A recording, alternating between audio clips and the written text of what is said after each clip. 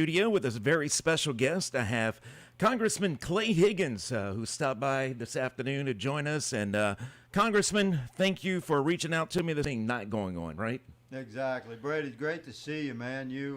I hope you and your family are well. Thank you for the job you do. I was visiting with the mayor of Morgan City earlier today, and then met with some businessmen. So I thought it'd be a good opportunity to stop by and visit with you, my brother. I appreciate that. I really do. Anytime you come by, and I appreciate your friendship. And to myself and the station staff, well, lot going on, so much on everyone's minds. We've got COVID, we've got inflation, we've got Build Back Better. I know you wanted to discuss the 2022 outlook, congressional legislative outlook, and of course we have elections later this year. I know you want to bring the House back into the Republican ranks. What do you see happening in 2022? Control of Congress in the House and the Senate is a significant first step towards preserving our republic and restoring our constitutionally protected rights in the nation on what that Republican majority will look like. I'm a conservative, constitutionalist patriot within within Congress. I'm a member of the Freedom Caucus, and the bottom line is that if we're going to have a Republican Party full of Liz Cheney, refer to 2023, Republicans will be sworn in as a majority party in the House of Representatives, and very likely will control the Senate as well. The question is, what will the center of gravity look like of the Republican Party that does have the majority control? Can we shift the party towards constitutionalist stability? Can we elect men and women that are sworn to serve we the people, or will America, continue to send rhinos into Congress that although they're Republicans, they continue to support the establishment formula of growing the government, devouring the people's treasure, treading upon the people's freedoms. Government knows best. Just a continued growth of an out of control, invasive government that infringes our lives, and in so many ways. I mean, it's insane, some of the things that are happening in our country.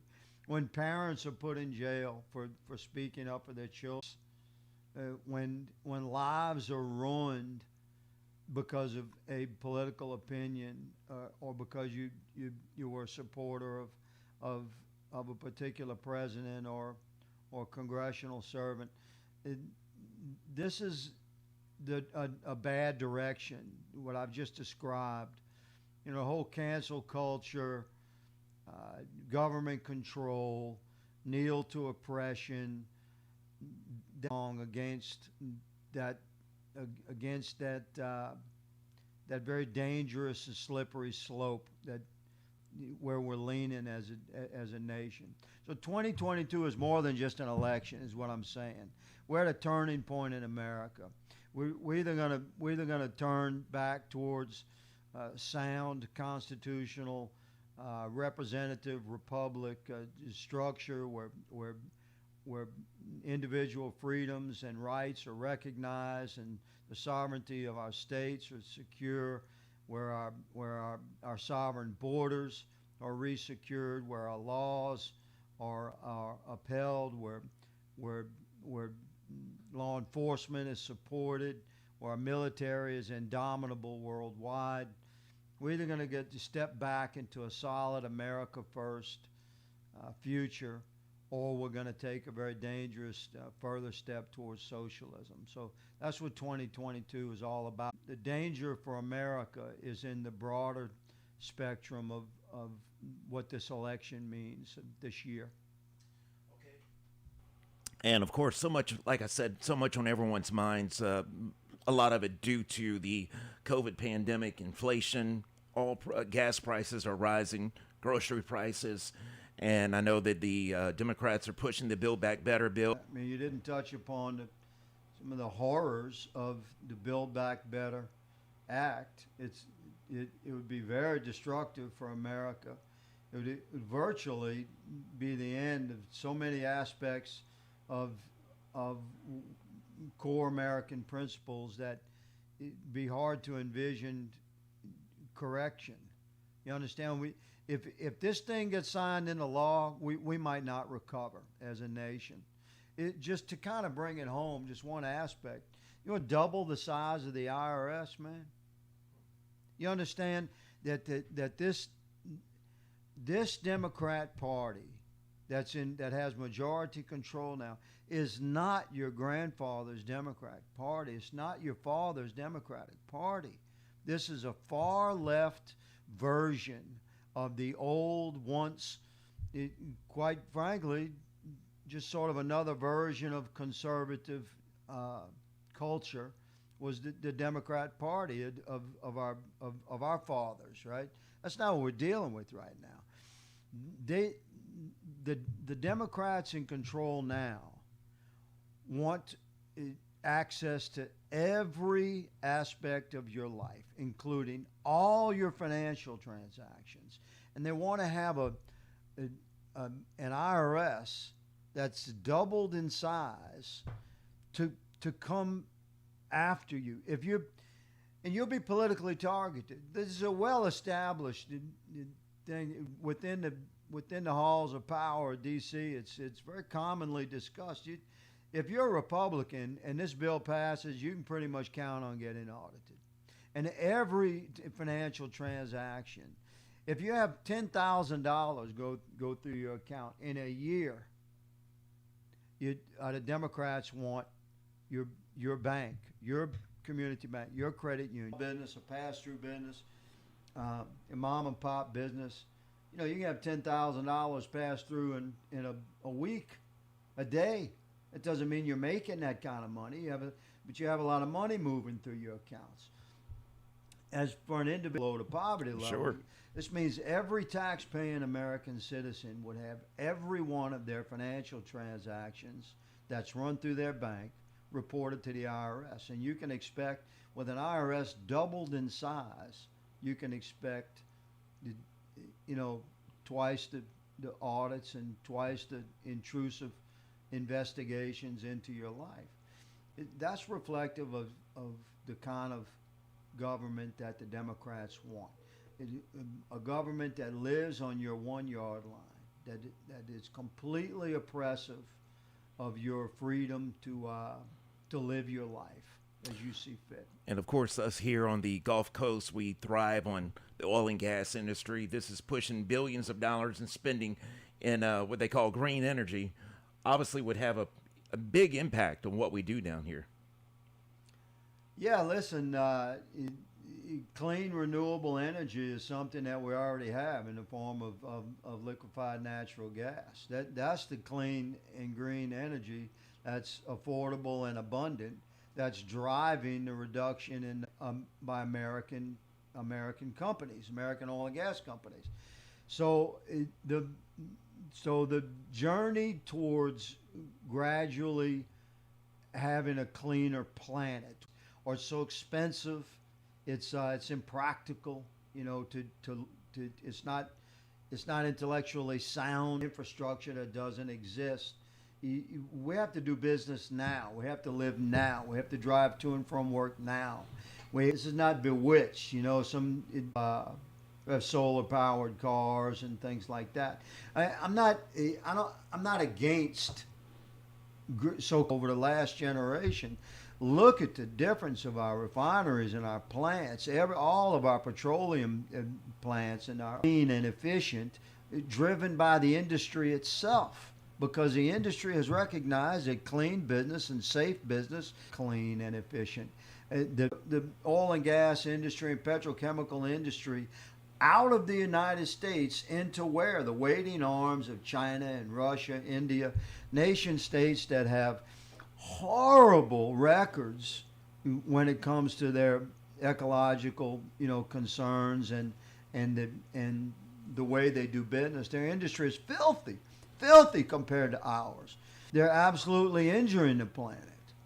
And in the process of doing that, they're just their primary income with the oil and gas industry. Now, some of that, Brady, is a responsibility of the state. We have to have changes in Baton Rouge because the fact that if you have a new project in Louisiana as an oil and gas industry project or a petrochemical project, you're almost guaranteed to get sued. And that litigation policy is driven out of Baton Rouge. That's something that we could change overnight if Baton Rouge had the will to do that. If we had the right leadership in the governor's mansion.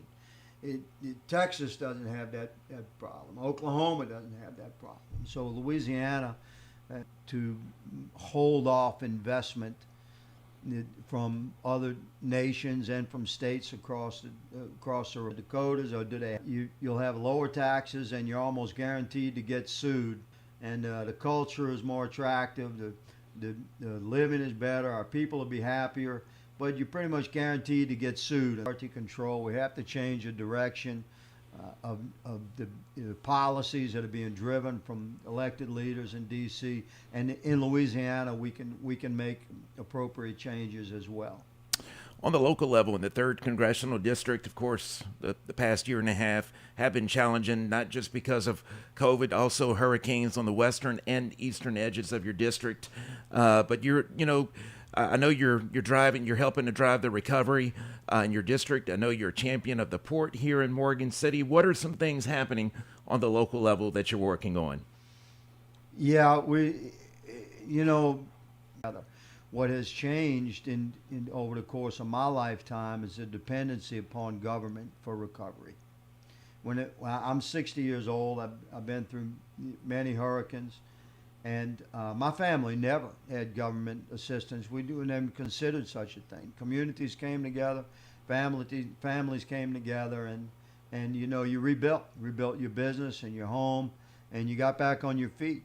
And there, where we turned to the federal government or the state or the local government, to 40 years has been it's been increasingly part of the dynamic of recovery. And government has a particular role to play in storm recovery, and it's based upon requests described in one sentence, is very thick. You're talking about your local government bureau. There has to be a government mechanism to request that response, correct? So the local government has to, and then the state government has to communicate to the federal government what is being requested. For we throw COVID and pay you to stay home, 6 feet apart, the gloves, the mask, the whole thing, man, that's not conducive, legendarily, non-responsive government. So when you put COVID on top of that, it's a recipe for a very slow response. And this is what you've seen at the local, state, and federal level. Government, I hope your listeners pay attention to this. Government is not your friend in this thing.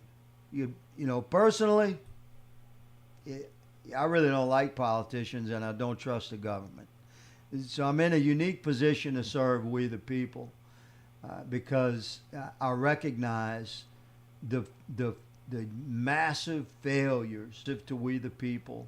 Brady's house burns, and in your month for quickly. What if there was a federal Department of Tithing Disbursement?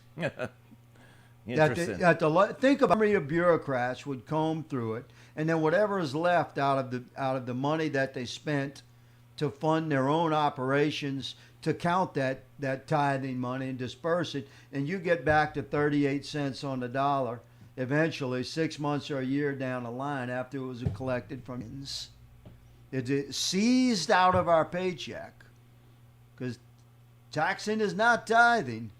You understand? Sure. You got to do it. Money is seized out of your paycheck and sent to the federal government, where it disappears into this black hole of bureaucracy and eventually gets back to the people that delivered that money to begin with. So it's back towards sanity, man, of a reasonable federal government that's smaller and less intrusive and less expensive, with less regulations and less restrictions of our personal freedoms, our individual rights, our state sovereignty, with the seizure of less of our money, so this money can stay local as things change in commerce and industry. You know, we have to be able to ride that wave. We have good years and bad years in oil and